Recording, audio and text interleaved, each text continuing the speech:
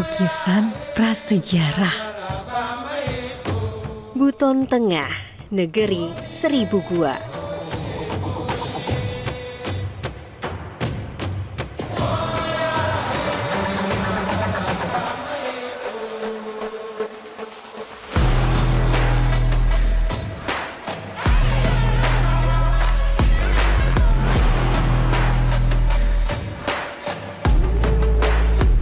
Danau ubur-ubur di balik megahnya batuan kars nan rindang.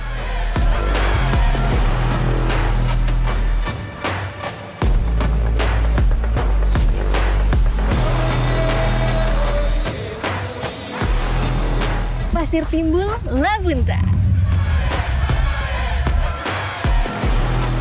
Bersama Minanti Rohanta.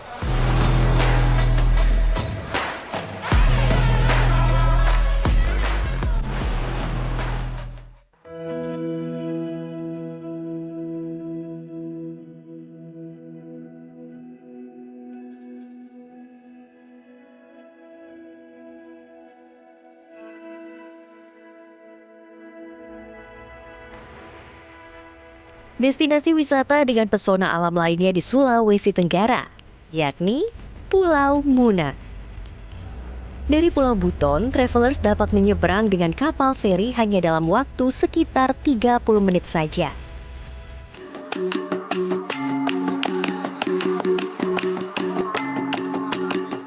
Seni dan budaya yang dimiliki Pulau Muna ialah silat, atau yang biasa disebut dengan Ewa Wuna. Saya pun disambut oleh perguruan silat Liagari dari Desa Parida, Kecamatan Lasalepa. Ewa Muna ini merupakan seni bela diri dengan teknik khas yang dipergerakkan mulai dari anak-anak hingga orang tua. Jadi itu dia tuh tradisi pencak silat khas Muna.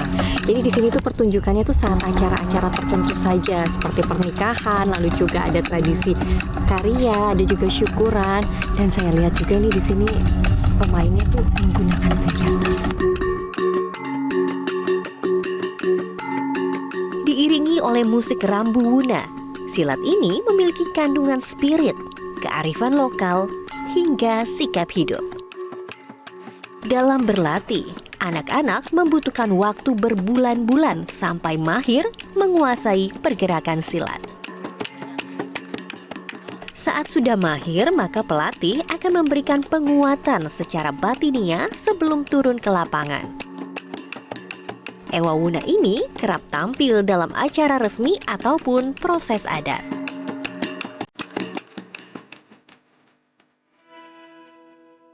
Usai melihat kesenian khas Pulau Muna, saya beranjak ke sebuah desa yang memiliki beberapa gua sebagai bukti peninggalan zaman prasejarah.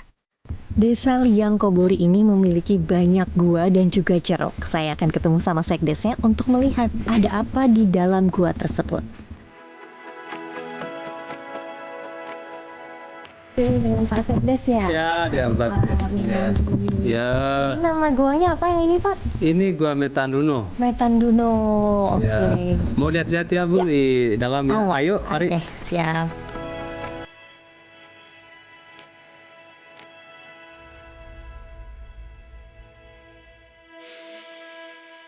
Wah, ternyata gua ini menyimpan bukti peninggalan prasejarah seperti lukisan di dinding. Ya, ini lukisannya. Dan ini ada beberapa macam lukisan ini. Oh, ini manusia berkuda ini. Oh, manusia berkuda. Ini ceritanya, ini lagi berburu. Ini lagi berburu karena kita punya leluhur pada saat itu tinggalnya dalam gua. Jadi sumber makanannya itu, makan sehari-hari itu adalah daging binatang. Oke, jadi berburu. Jadi ini ada lukisan-lukisan ini menceritakan riwayat hidup mereka pada saat itu. Oke, itu Ya. kuda. Kalau yang bawahnya itu di bawahnya ini anoa. Oh, anoa. Anoa, terus ada rusa. Ada rusa. Dan ada juga manusia sedang bersila. Iya, kenapa menunjukkan bersila itu? Karena mereka pada saat itu hidupnya berkelompok-kelompok. Jadi mereka itu bagaimana caranya mereka itu untuk mempertahankan diri mereka para kelompok-kelompok yang lain. Iya, begitu. Ini sudah pernah diteliti sebelumnya atau belum, Pak? Ini sudah pernah diteliti oleh Balai Pelestarian Kebudayaan Wilayah 19 Sulawesi Selatan. Tahun 2019 mereka datang ambil sampel itu bersama peneliti dari Australia, bersama kepala PCBC yang datangkan ke sini.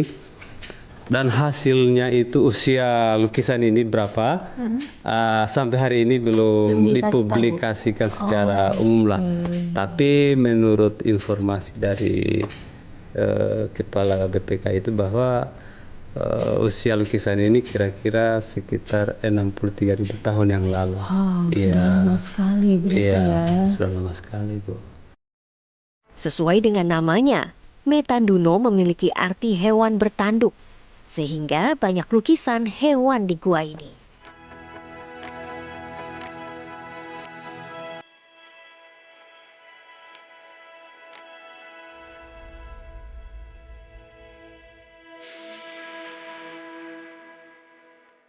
Selanjutnya saya pun diajak Pak Sekdes untuk melihat liang kobori yang masih berada dalam satu kawasan.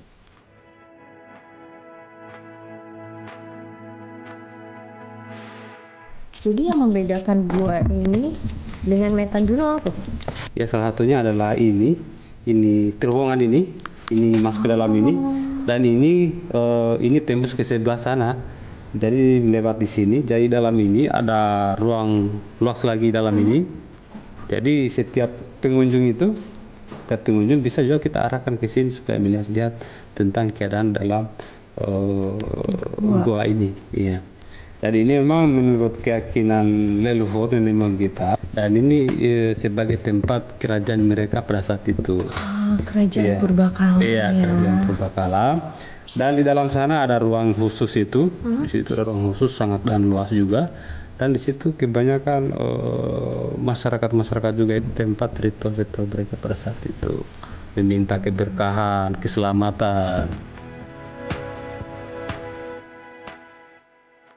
Masuk ke area dalam gua, kami harus melewati jalur yang sempit terlebih dahulu.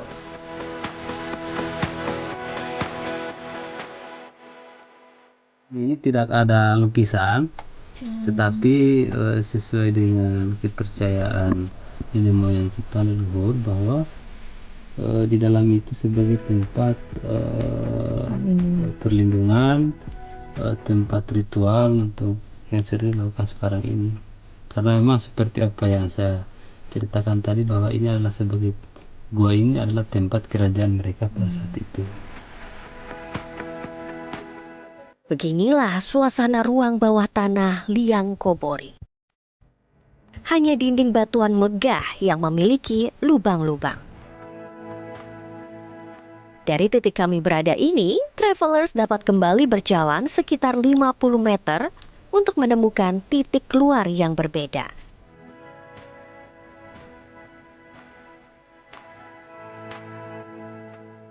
Kembali ke area luar gua, masih terdapat banyak lukisan purbakala loh travelers.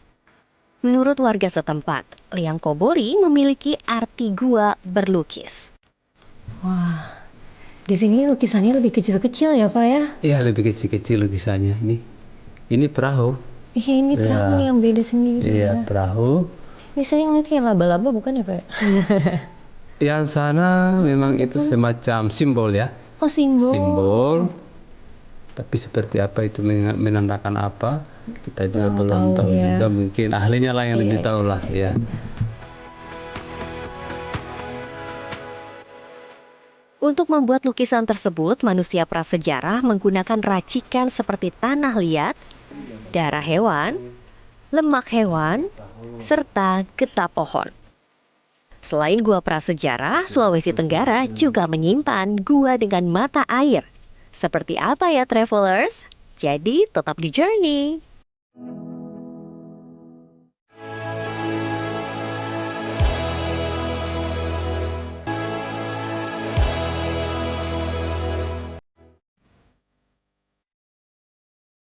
Julukan Negeri Seribu Gua jatuh kepada Buton Tengah, Sulawesi Tenggara. Ragam gua memiliki keunikan dan karakternya. Seperti Gua Ko di Desa Lantongau. Gua vertikal ini memiliki kolam di tengahnya dengan keindahan air yang begitu jernih. Saya pun ditemani anak-anak setempat untuk turun ke bawah. Ketinggian gua ini sekitar 30 meter dengan pintu masuk yang terbuka. Selama turun ke gua, sekitaran kami ialah tumbuhan merambat. Medannya pun cukup curam, sehingga travelers harus berhati-hati jika ke lokasi ini. Tak lama kami pun sampai di tepi mata air. Waktu yang tepat ke lokasi ini yaitu sekitar pukul 10 hingga 12 siang saat matahari menyinari area gua ini, sehingga mata air terlihat seperti cermin.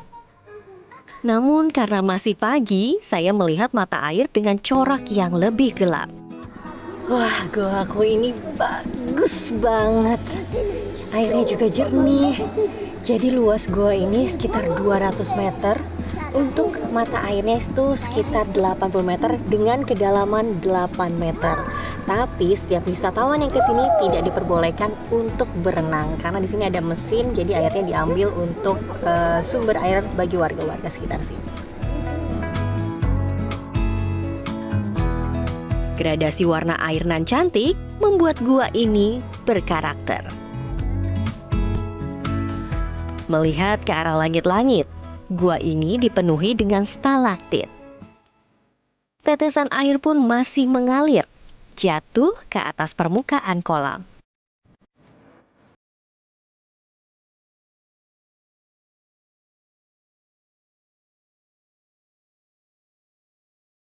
Buton Tengah juga memiliki hamparan pasir putih timbul di tengah-tengah birunya air laut.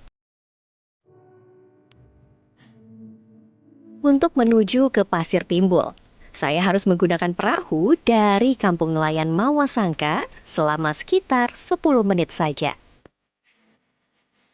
Inilah Pasir Timbul Bone Labunta, Desa Tanai Landu, Kecamatan Mawasangka, Buton Tengah. Pasir Timbul ini mulai dikenal masyarakat luas pada 2021 silam saat meraih juara 3 dalam ajang Anugerah Pesona Indonesia.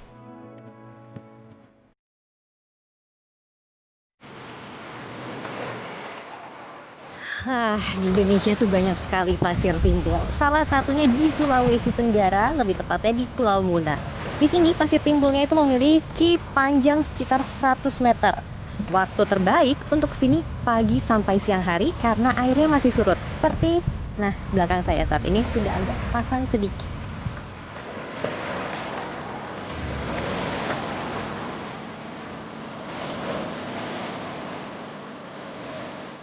Dari Pasir Timbul, saya dapat bergerak bebas, menikmati suasana, hingga mendengarkan suara desir ombak.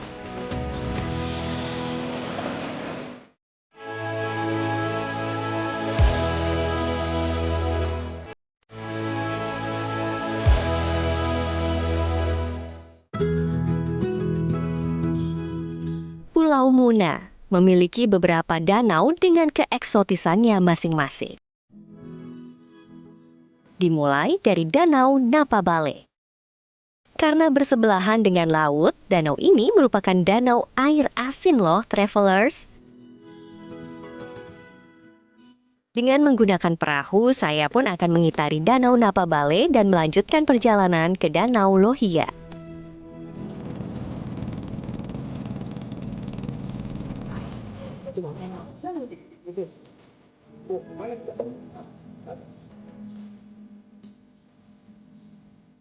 Danau Napabale ini berada di bawah kaki bukit yang dikelilingi bongkahan batu karang atau kars dengan pepohonan.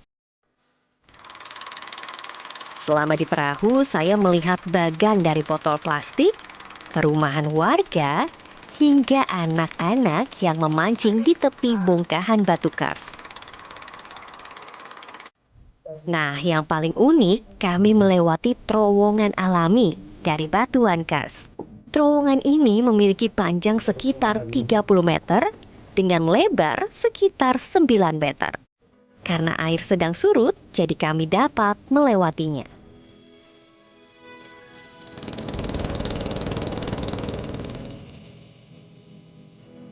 Nah, jadi ini titik turun kita untuk menuju ke Danau Ubur-Ubur.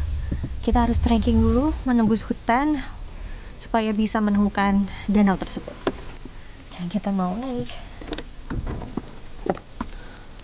lewat sini ya.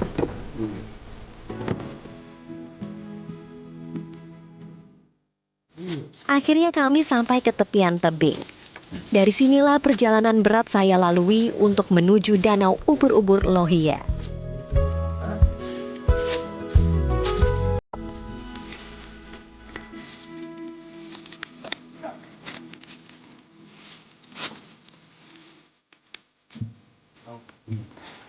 Wow, ternyata jalannya sulit karena harus melewati kars tajam. Jadi kalau misalnya mau ke sini harus prepare, pakai sepatu yang benar. Untuk menuju lokasi danau tersebut, kami pun dipandu oleh nelayan yang membawa perahu agar tidak tersasar. Pertama-tama, saya harus memanjat tebing. Dilanjutkan, trekking selama 1 jam di dalam hutan yang rimbun. Medannya pun cukup curam dan licin. Penggunaan alas kaki yang tepat sangatlah diwajibkan. Travelers harus berhati-hati karena permukaan didominasi oleh batuan kars yang tajam.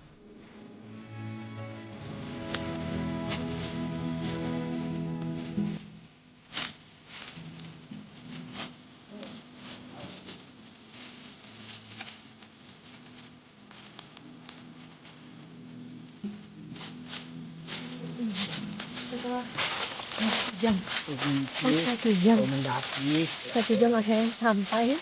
Belum sih, cuma baru ngelihat danaunya, belum tahu turunnya dari mana.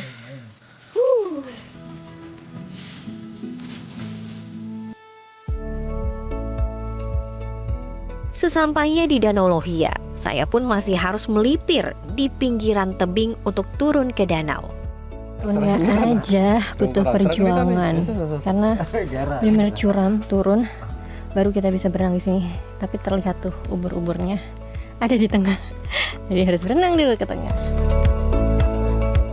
Karena baru pertama kali merasakan berenang di danau alam seperti ini, maka saya didampingi oleh Karama, warga lokal yang sudah sering ke lokasi ini.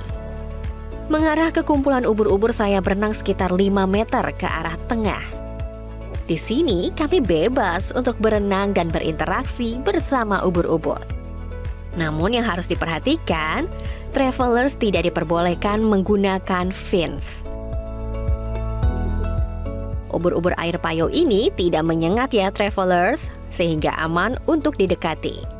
Namun ubur-ubur ini tidak disarankan untuk diangkat ke permukaan air.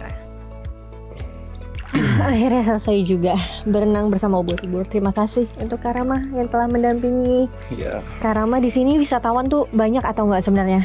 Banyak. Dari mana aja asalnya? Dari Bau-Bau, Kendari, itu Buton Utara.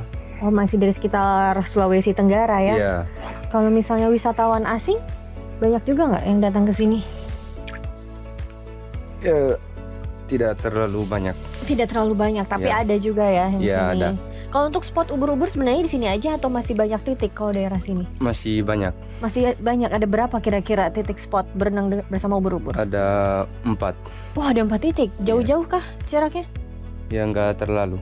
Tidak terlalu. Iya. Oh. Tapi untuk mencapai ke titik ubur-ubur pasti akan melewati ini hutan gini, trekking dulu atau gimana? Iya. Semuanya seperti Iya. itu. Oke, menarik sekali.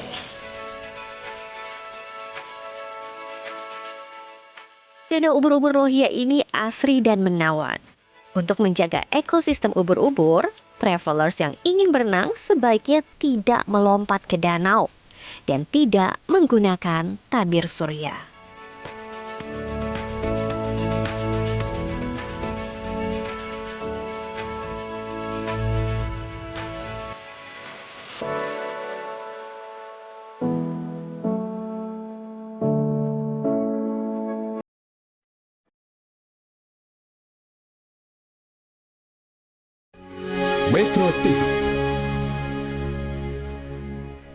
Jelajahi cara baru mendapatkan informasi. Download Metro TV Extend sekarang.